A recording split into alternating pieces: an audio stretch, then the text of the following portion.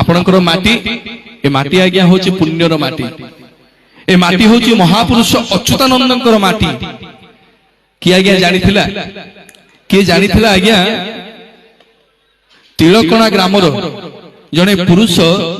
भविष्यत महापुरुष हेबे किए जानी थिला आज्ञा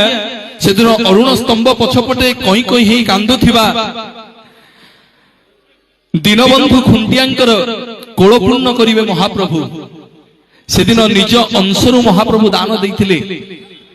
जे भविष्यत रे ए छुआ भविष्य मालिका को रचना करी कली जुगरे समग्र विश्व रे आज्ञा गोटे स्वतंत्र स्थान करिवो जार ना हबा आज्ञा नेमाळ से दिन आज्ञा जेतेले बड़ दांडरे सब मां माने भागवत सुनि कि फेरी थामते पचारिले जे कोन पई जाइथिलो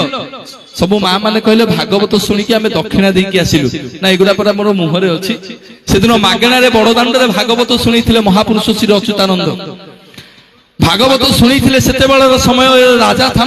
प्रताप रुद्रदेव क्रोधित हो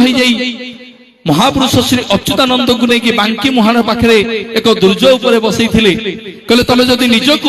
एत बड़ ज्ञानी भावुच ताले पानी भितर बुड़ी की उठिब तुम देहरे किंतु पानी प्रवेश करबनी से दिन महापुरुष पानी भितर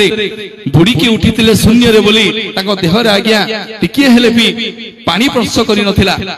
किंतु जगन्नाथ पाखे मन भितर अभिमान करथिले जे प्रभु आपणकर नाम को मु श्रवण करुथिली आपणकर नाम को मु लोकन को सुनौथिली किंतु बिना कारण आपण मते दंड देले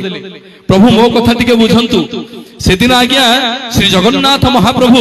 कल्पवटरु खंडे डाळ भांगी देई तांका हातरे धरि देइथिले निज बेकरु पद्ममाळ को तांको अर्पण करि देइथिले बोली